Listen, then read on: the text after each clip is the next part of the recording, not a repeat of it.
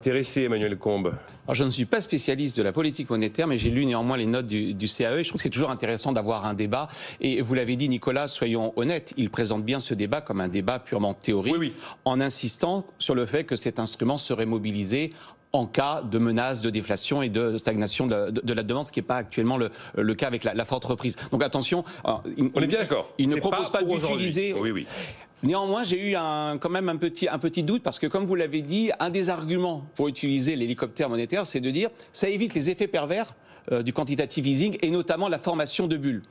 Et par ailleurs, vous avez une autre note du CAE qui est sortie au même moment, où ils étudient l'impact des taux d'intérêt très faibles sur les inégalités de revenus. Et en effet, on entend beaucoup cette petite musique, qui n'est pas fausse, mais elle est incomplète, qui consiste à dire ça fait monter des bulles immobilières, des bulles sur les actions, et en général, qui possède de l'immobilier et qui possède des actions, les ménages plutôt les personnes aisées. Donc ça renforce les inégalités de patrimoine. Oui, sauf qu'il y a d'autres effets, nous dit la note, qui sont exactement inverse. Il y a aussi des effets sur les inégalités de revenus, plutôt dans le sens d'une réduction des inégalités de revenus. Car une politique monétaire expansive de rachat d'actifs, ça a aussi un impact macroéconomique. Ça stimule la demande. Si ça stimule la demande, logiquement, ça fait baisser le chômage de masse en Europe, et donc ça donne de l'emploi à ceux qui étaient éloignés de l'emploi.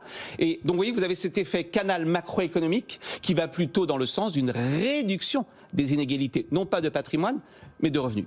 Troisième effet, nous dit aussi le CAE, lorsque vous avez des taux très faibles, par définition, ça favorise plutôt ceux qui empruntent, c'est-à-dire des jeunes ménages, pour accéder à la propriété, tandis que ceux qui possèdent de l'épargne liquide, livret A, assurance vie, par définition, vont voir la rémunération de leur épargne baisser. Or, on sait bien que ce sont plutôt des personnes âgées. Donc on va avoir une redistribution, cette fois-ci, intergénérationnelle. Bref, que nous dit le CAE? Quand on fait le bilan global, on a un effet patrimoine plutôt négatif, enfin négatif en termes d'inégalité, mais deux autres effets qui sont plutôt, entre guillemets, positifs. Alors regardons ce que dit l'empirie.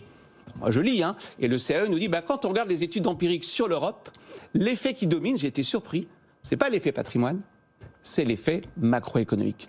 Et donc le CAE lui-même nous dit, quand on fait des simulations, on s'aperçoit que finalement la politique monétaire